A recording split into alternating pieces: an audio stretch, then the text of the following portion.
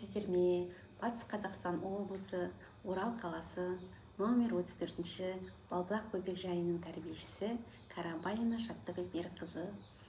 Бүгін сіздерге ұсынғым келіп отырған қазақтың ұлттық ойыны шертпе ойыны. Бұл ойын көңілді ғана ойын емес, сонымен қатар балалардың көзінің дәлдігін, тапқырлығын, ептілігін, сөйлеу тілінің дамытуға өте қажетті ойын құралы болып табылады. Асық ойынына деген қызығушылығын одан сайын кеңейту. Шертпе ойыны асықтарды бір қатарға тігіп аламыз және сұқ саусағымызбен дәлдей отырып шертеміз. Шерткен кезде асық қай санға барып тоқтайды, сол ұпайды бала жинайды.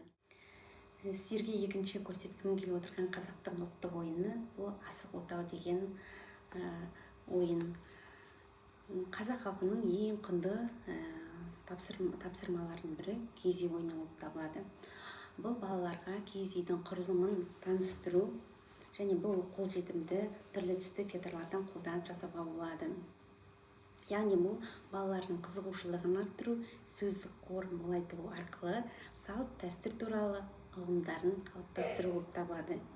Әр киіз үй ішінде 20 асықтан болады. 4-4-те, яғни 5, яғни одан да 20 асық болады. Яғни екі ойын арасында жарыс болады. Екі бала жарысып, қарама-қарсы жарысып ойнайды.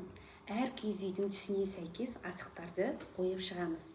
Және де бір түсуде 5 асықтан, 4 асықтан қоюға болады. Жүріс қай бала болса да жүре беруге болады. Кім бірінші өз асықтарын жинап, түсіне